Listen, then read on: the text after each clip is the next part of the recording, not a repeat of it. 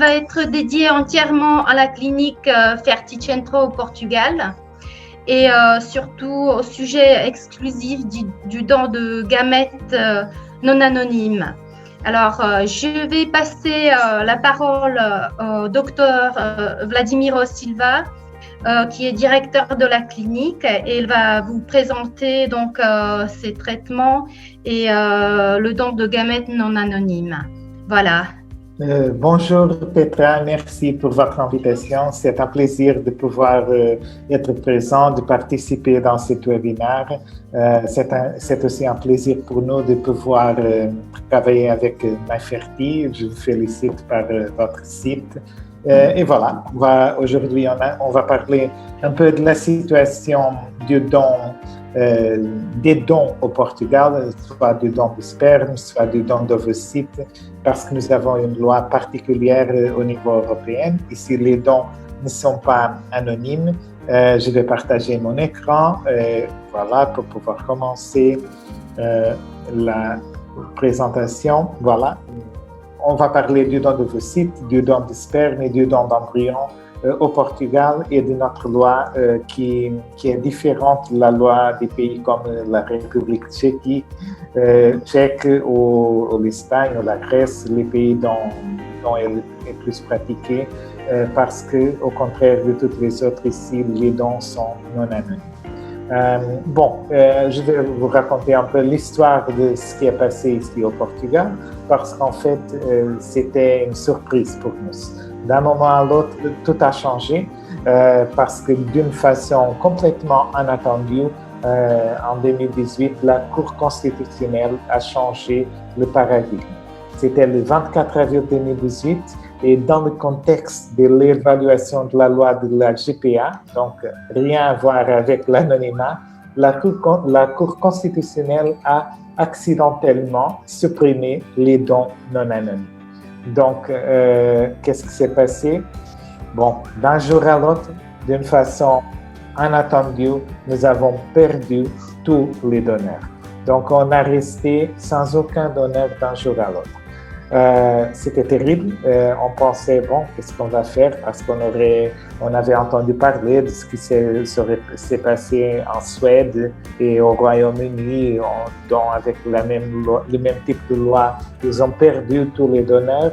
Et donc, c'était la Cour constitutionnelle, c'est la dernière cour du pays. Donc, ces décisions sont irréversible, c'est rien qu'on peut faire, donc il faut travailler dans cette nouvelle réalité.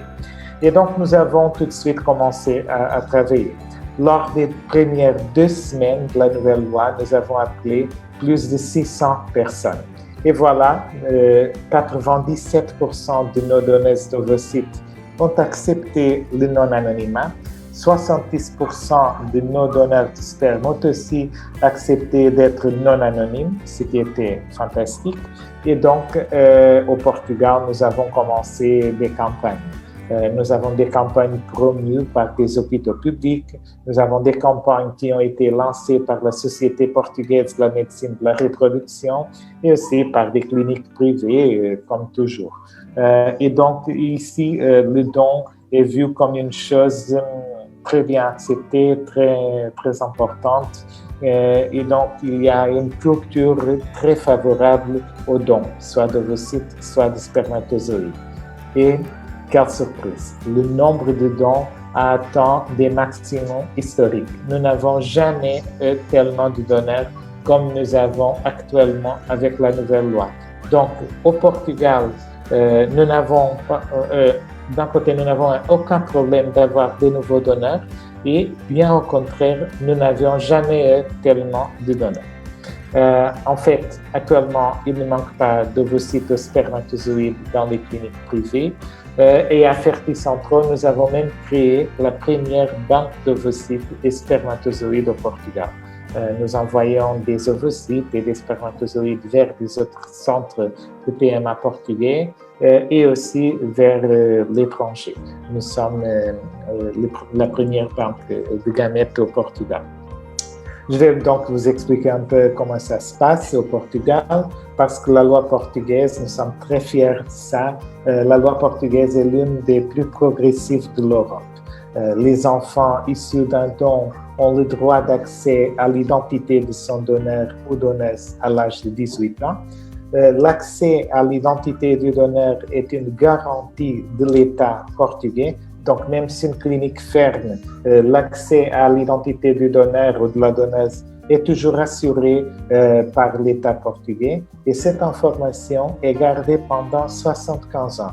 C'est-à-dire, même si un enfant à l'âge de 18 ans, il n'est pas intéressé d'avoir accès à l'identité de sa donneuse, par exemple, il peut changer d'avis à l'âge de 20, 30, 40, 50 ans, parce que cette information restera toujours disponible. Ça pourra être surtout très important en cas de santé ou simplement dans le cas où il souhaite avoir plus d'informations. Une autre chose qui est très importante à dire, ça c'est un droit exclusif des enfants issus d'une PMA et les donneurs n'ont pas le même droit, c'est-à-dire si les donneurs ils ne savent même pas si ces dons ont donné lieu à des naissances, donc ils n'ont pas le droit de demander l'accès à l'identité des enfants. C'est un droit seulement des enfants dans le cas où ils le souhaitent. C'est une décision des familles. Une autre chose, continuons à parler un peu de notre loi, le nombre de dons pour donneurs est transparent et est limité. C'est-à-dire, par exemple, chaque donneuse d'ovocytes peut donner 4 fois pendant sa vie. Chaque donneur de sperme peut donner du sperme pour avoir enfant jusqu'à 8 familles. Ça, c'est limité, c'est fixé dans la loi et surtout, ça, c'est très contrôlé. Même le dédommagement qui est versé aux donneurs est fixé dans la loi. Ils sont 878 € pour les donneuses d'ovocytes, 44 € pour chaque don de sperme. Ça devra être payé par virement bancaire. Les donneurs signent un reçu. On ne peut pas payer en argent, ça c'est interdit. Donc, tout est très transparent. Et c'est la même chose pour tout centre de PMA, indépendamment que ce soit un centre public ou un centre privé. C'est la même chose pour tous les pays. On peut pas payer plus et on peut pas payer moins. C'est fixé dans la loi et c'est encore une fois très transparent. Et pourquoi est-ce que nous défendons ce modèle de loi? Bon, en effet, initialement, je n'étais pas favorable à ce modèle. J'étais contre le non-anonymat. C'était la réalité, c'était parler tous les jours avec des patientes, avec des donneurs qui m'a fait changer d'avis. Okay? Et par ailleurs, maintenant, nous avons vu que, donc maintenant je suis absolument d'accord que connaître ses origines est un droit universel et c'est aussi quelque chose qui est impossible à éviter. Il n'est pas possible à éviter maintenant et certainement ça ne sera pas possible d'éviter dans l'avenir.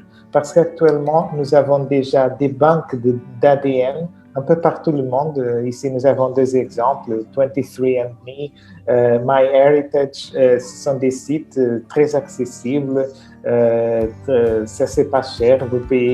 Vous pouvez commander depuis chez vous, même avec votre portable. Vous payez moins de 100 € et vous avez un kit pour prélever votre DNA et donc votre ADN et votre information génétique sera donc disponible dans une base de données internationale.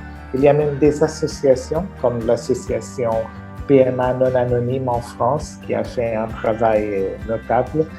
Ils ont déjà, grâce à ce type de test d'ADN, ils ont déjà réussi à identifier 37 donneurs et 186 frères ou demi-frères qui ont été nés après des dons anonymes.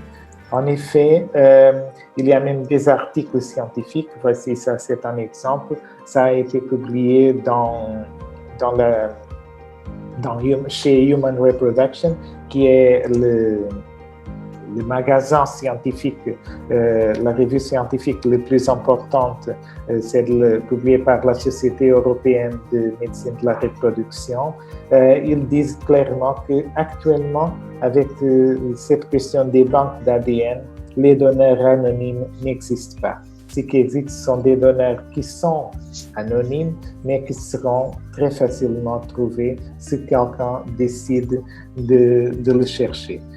En fait, par exemple, et ces bases de données sont actuellement énormes. Par exemple, selon l'information publiée dans le site de l'association PMA non anonyme, il y a des sites comme par exemple Ancestry DNA, dont ils ont 15 millions l'ADN de 15 millions de personnes.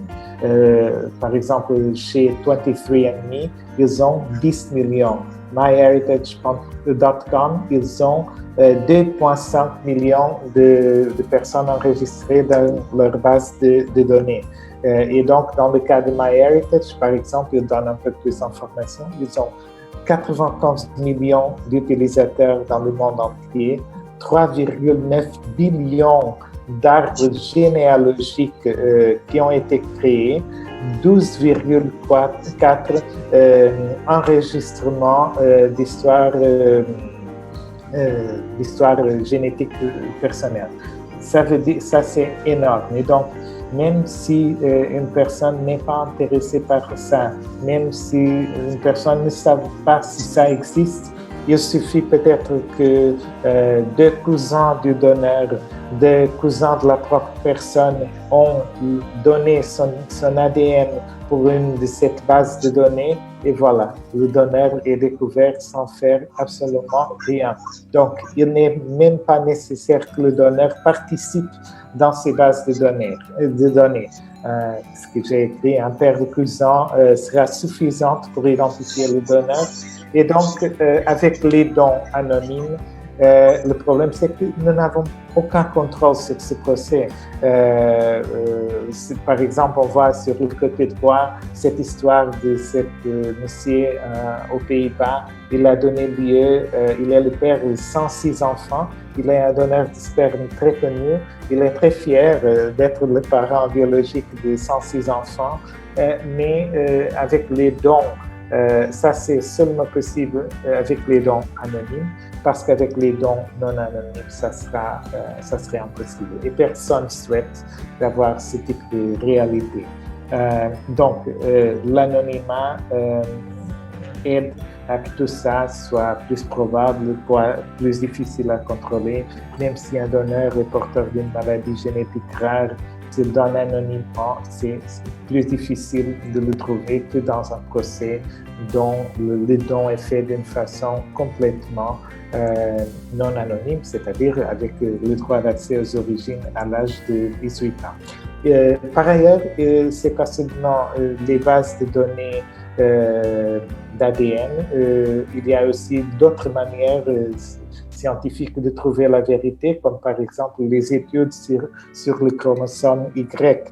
Par exemple, des généticiens de l'université de Leicester au Royaume-Uni ont trouvé que millions d'hommes qui habitent actuellement en Asie descendent de 11 leaders dynastiques qui ont vécu il y a 4000 ans, dont l'empereur mongol Gengis Khan. Donc, c'est-à-dire, si nous sommes capables de découvrir les descendants de Gengis Khan, il sera sûrement très facile de découvrir les personnes qui descendent de quelqu'un qui a donné du sperme il y a 20 ans, il y a 15 ans, il y a 2 ans en Espagne. Bon, c'est donc beaucoup plus facile si on arrive à trouver l'ADN de quelqu'un qui a vécu il y a plus de 4000 ans. Donc, pour quelqu'un de plus récent, ça sera encore plus facile. Et la même chose, utilisant seulement l'ADN mitochondrial qui est transmis par une mère à son enfant. Donc, tous les humains, nous recevons l'ADN mitochondrial de notre mère. Et donc, c'est possible de poursuivre cet ADN et découvrir s'il y a une relation de famille entre deux personnes différentes. Encore une fois, il y a aussi des sociétés qui accumule de l'information génétique en ligne sur l'ADN mitochondrial. Donc, c'est juste une question d'avoir un portable, d'avoir l'accès à l'Internet et très facilement l'identité d'un donneur est révélée. Il y a même des pays où cette information, je l'ai obtenue aussi à partir de l'association PMA non anonyme. Il y a même des pays dont des services de détective de l'ADN sont disponibles, comme les Pays-Bas, les États-Unis, le Canada. Donc, actuellement, s'il y a quelqu'un qui souhaite trouver son père biologique, sa mère biologique, ça c'est très facile. Et donc, et surtout, ce qui est à concerner, c'est que même si les personnes ne souhaitent pas que cette information soit connue, ça peut arriver. Ils peuvent être découverts parce que comme les donneurs sont non anonymes, peut-être quelqu'un découvre qu'il est son demi-frère, son cousin, et donc d'une façon accidentelle, cette information pourra arriver et pourra créer beaucoup de problèmes dans la vie personnelle, dans la vie de la famille. Donc, il est très important que ça soit bien contrôlé. Cette question a aussi été adressée par le Conseil de l'Europe. L'Assemblée parlementaire du Conseil de l'Europe a produit ce rapport qui est en ligne, qui s'appelle « Don anonyme de sperme et d'ovocytes, trouver un équilibre entre les droits des parents, des donneurs et des enfants ». Je ne vais pas le lire, mais je vais seulement souligner quelques phrases qui sont dans le rapport. Le droit international et le droit européen des droits humains ont progressé vers la reconnaissance d'un droit de connaître ses origines. Et aussi, il faudra renoncer à l'anonymat pour tous les dons futurs de gamètes. Donc ça, c'est une tendance au niveau européen. La France a déjà annoncé que très prochainement, une loi pareille à la loi portugaise va être approuvée. Il y a des pays comme le Portugal, les Pays-Bas, la Suède, l'Angleterre, l'Irlande, le mois dernier, a aussi progressé vers le non-anonymat. Donc, la Danemark a un système mixte, l'Austrie. Donc, il y a de plus en plus de pays dont le non-anonymat est la règle. Je pense que ça, c'est une tendance irréversible et je pense que ça, c'est une chose très importante et très favorable pour toutes les familles, pour les donneurs et pour les enfants. Parce qu'en fait, comme je l'ai dit, c'est impossible à éviter la découverte de l'identité du donneur.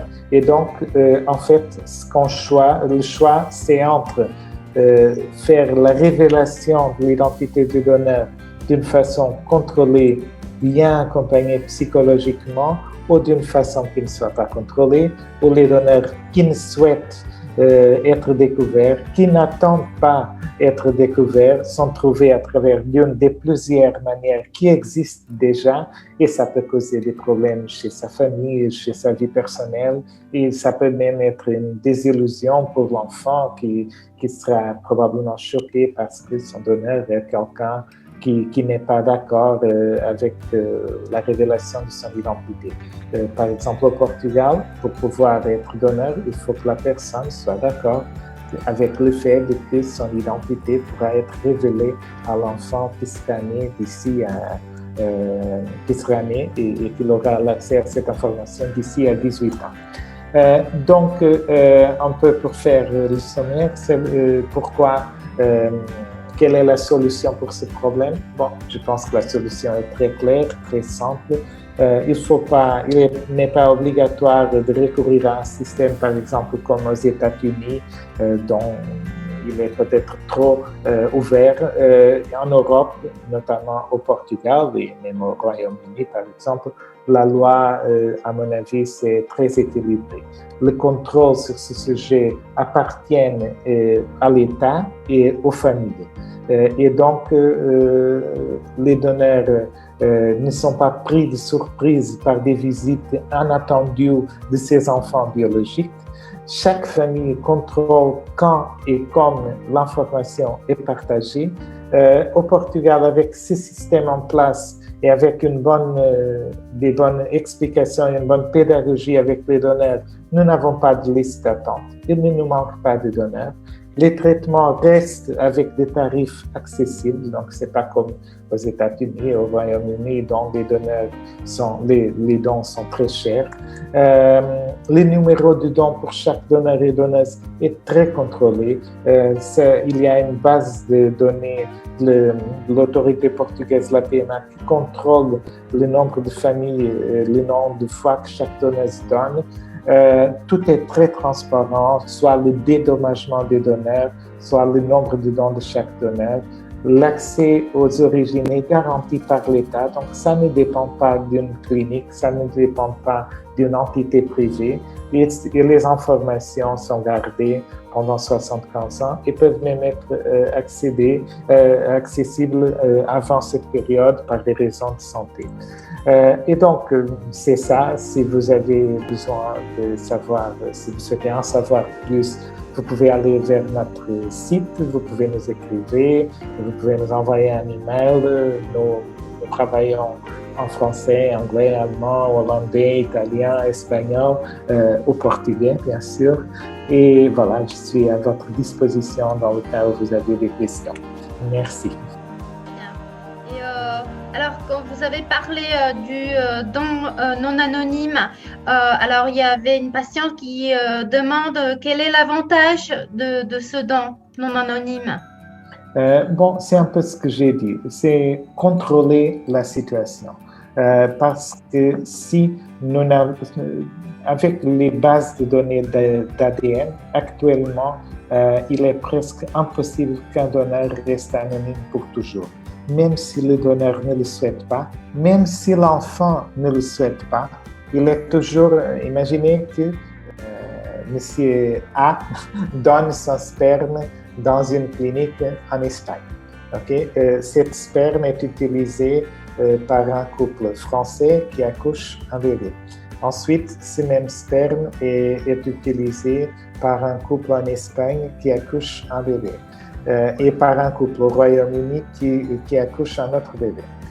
D'ici à 18 ans, un de ces bébés décide d'envoyer son ADN vers une de ces banques d'ADN.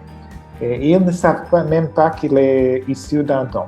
Si dans la même banque d'ADN, dont il y a par exemple des banques avec 15 millions de personnes enregistrées actuellement, deux cousins de ces donneurs qui n'ont rien à voir. Peut-être que le donneur ne connaît même pas ses cousins, ce sont des cousins de deuxième degré, quelque chose comme ça. Et s'ils ont aussi donné son ADN pour la banque, pour cette banque, cette personne sera immédiatement informée quelque chose comme vous avez deux cousins en Espagne, ou un cousin en Espagne et un cousin au Portugal ou en France, voilà.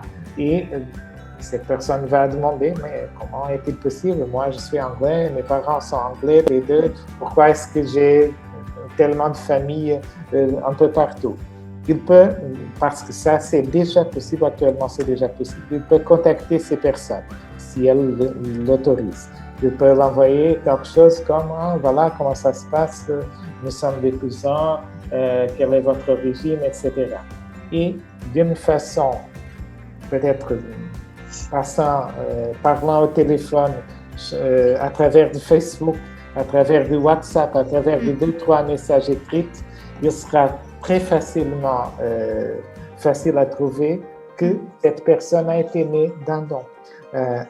Et d'une façon qui sera un peu plus complexe, mais également possible, ça sera facile de trouver que cette personne, ce don, qui est le donneur, que le donneur a vécu en Espagne, qu'il n'y a que deux frères qui peuvent être le donneur, il peut appeler à l'un des deux et il trouve le donneur. Donc ça c'est très facile actuellement. Et donc, le vrai choix que nous avons actuellement, c'est entre avoir un système contrôlé, un système dont les familles contrôlent l'accès à cette information, ou dans un système où ça c'est complètement hors de contrôle, où on ne sait pas même si on peut avoir un appel de quelqu'un d'une façon complètement inattendue. D'accord? Donc, c'est contrôlé dans l'information. Très bien. Et comment se fait le choix de la donneuse ou du donneur? Alors, on part toujours des caractéristiques physiques de la receveur, de la femme ou du couple receveur. Parce qu'ici au Portugal, on peut traiter soit les couples hétérosexuels, soit les couples de femmes, soit les femmes célibataires. Donc, on va sélectionner quelqu'un qui ait des caractéristiques physiques proches de la personne ou du couple qui va recevoir le don. Et ensuite, par ailleurs, les donneurs sont sujets à des tests de dépistage des maladies génétiques, des maladies infectieuses, etc. Encore une fois, tout ça est très transparent. Les personnes nous sommes inspectionnées et surtout les patients savent que cette donneuse d'ovocytes ne peut donner que 4 fois pendant toute sa vie, parce que ça c'est enregistré et contrôlé par les autorités portugaises. Et que le donneur de sperme ne peut donner que pour 8 familles. Et donc, voilà, ça c'est complètement transparent. Ça, c'est le plus important. Il y a encore une question. Est-ce que vous avez des donneurs de toute origine ethnique? Oui, au Portugal, heureusement, nous avons une population très variable. Nous avons des donneurs d'origine africaine, des donneurs blonds aux yeux clairs, des donneurs métis. Nous avons tout. Bien sûr, on a quelques difficultés avec les donneurs d'origine asiatique. Nous avons, pour les donneurs de sperme, pas de souci. Pour les donneuses d'ovocytes, on a des donneuses disponibles, mais pas beaucoup. Mais jusqu'à ce moment, on a tout type de donneurs. Parfois, ça change d'un moment à l'autre, mais bon, on se débrouille. Est-ce que les donneurs non anonymes sont plus chers? Non, c'est la même chose. Nous n'avons pas changé nos tarifs. Bien sûr, quand nous travaillons avec les banques de sperme danoises, dès que les donneurs sont non anonymes, nous pouvons commander le sperme à partir de Danemark. Dans ce cas, les donneurs peuvent être plus chers. Mais au Portugal, il n'y a pas de différence par rapport. Nous avons réussi à rester avec le même type de tarif. D'accord. Et quand vous demandez le sperme, par exemple, d'une banque danoise, alors est-ce que c'est aussi non anonyme? Ça peut devenir non anonyme? C'est obligatoirement non anonyme. Okay? Quand ça arrive chez vous dans la clinique FertiCentro? Oui. Alors, nous sommes dans une phase de transition de la loi, c'est-à-dire, pour le moment, nous sommes encore autorisés jusqu'à l'année 2022. Nous sommes autorisés à utiliser des dons anonymes, des dons antérieurs à la publication de la loi du non-anonymat. Mais c'est jusqu'au mois d'août 2022. Mais actuellement, pour les nouveaux donneurs, tous les nouveaux donneurs, toutes les nouvelles donneuses sont non anonymes. Et pour commander le sperme à partir d'une banque de sperme étrangère, il faut que les donneurs soient non anonymes. Donc, il n'est pas autorisé l'importation de donneurs anonymes au Portugal. Et je vous dis sincèrement, dès que la loi a été changée, nous avons fait peut-être une dizaine de traitements avec des donneurs anonymes parce que les couples l'ont spécifiquement demandé, mais tous les autres traitements sont avec des donneurs non anonymes.